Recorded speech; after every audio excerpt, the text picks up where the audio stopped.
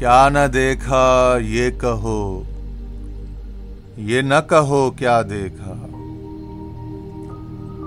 کیا نہ دیکھا یہ کہو، یہ نہ کہو کیا دیکھا، ہم نے جو کچھ بھی کسی بزم میں دیکھا دیکھا۔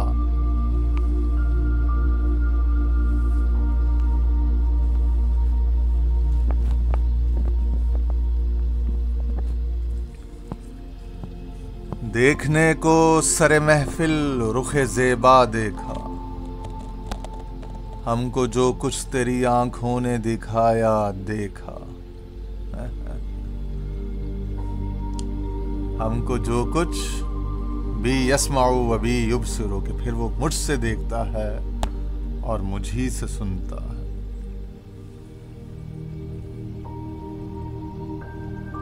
فرمایا کہ ہم کو جو کچھ تیری آنکھوں نے دکھایا دیکھا۔ سو دیکھنا ایک ہو جاتا ہے دوستو، نظر ایک ہو جاتی ہے، فکر ایک ہو جاتی ہے، طرز فکر ایک ہو جاتا ہے،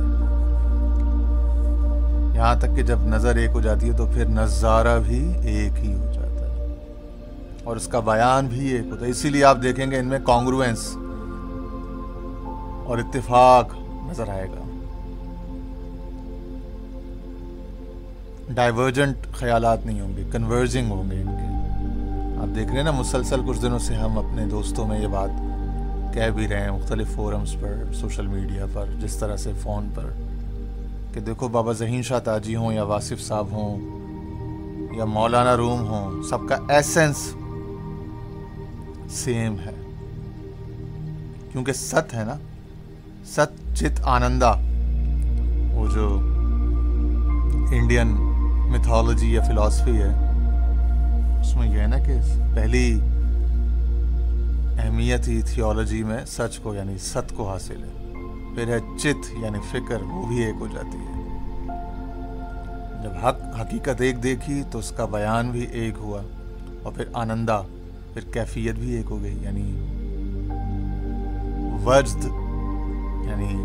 وجود، وجدان اور وجد، ایمان، اسلام اور احسان، ٹھیک ہے۔